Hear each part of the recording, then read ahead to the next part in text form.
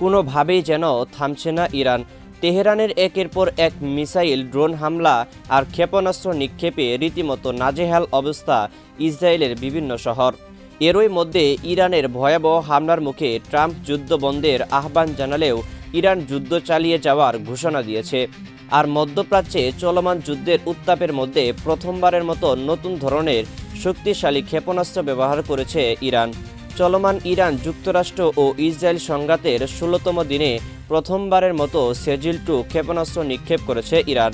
রোববার দেশটির রাষ্ট্রীয় গণমাধ্যম বিষয়টি নিশ্চিত করেছেন। এই অস্ত্রকে নিত্যরত ক্ষেপণাস্ত্র বা ড্যান্সিং মিসাইল ছাড়াও সাজ্জিল বা আশুরা নামেও ডাকা হয়। এছাড়াও শব্দের গতির প্রায় 13 গুণ বেগে উঠতে সক্ষম এই ক্ষেপণাস্ত্র দীর্ঘ দূরত্বের লক্ষ্যবস্তুকে দ্রুত আঘাত হানতে পারে।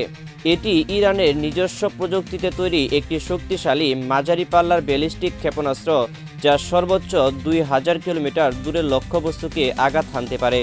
2 ধাপ বিশিষ্ট এই ক্ষেপণাস্ত্র প্রায় 700 কেজি পর্যন্ত বিস্ফোরণ বহন করতে সক্ষম। এর অন্যতম বৈশিষ্ট্য হলো এতে তরল জ্বালানির বদলে সলিড জ্বালানি ব্যবহার করা হয়, ফলে এটি দ্রুত উৎক্ষেপণ করা সম্ভব এবং আকাশে উচ্চতায় পৌঁছে গতিপথ পরিবর্তনের ক্ষমতা থাকায় প্রতিরক্ষা ব্যবস্থার জন্য একে প্রতিহত করা তুলনামূলকভাবে কঠিন হয়ে পড়ে। যুক্তরাষ্ট্র ভিত্তিক একটি গবেষণা প্রতিষ্ঠানের তথ্য অনুযায়ী ক্ষেপণাস্ত্রটির দৈর্ঘ্য প্রায় 18 মিটার, ব্যাস 1.25 মিটার এবং ওজন প্রায় 12,600 কেজি। ইরান মূলত 90-এর দশকে এই ক্ষেপণাস্ত্র তৈরির কাজ শুরু করেছিল এবং 2008 সালে তা সম্পন্ন হয়।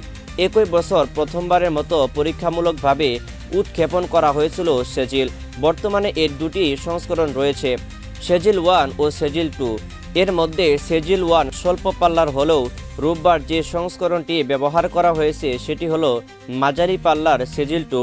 বিশ্লেষকদের মতে নতুন এই ক্ষেপণাস্ত্র ব্যবহারের মাধ্যমে ইরান তাদের দূরপাল্লার হামলা সক্ষমতার শক্ত বার্তা দিতে চেয়েছে, ফলে মধ্যপ্রাচ্যের চলমান সংঘাত আরও জটিল হয়ে উঠতে পারে বলে আশঙ্কা করা হচ্ছে।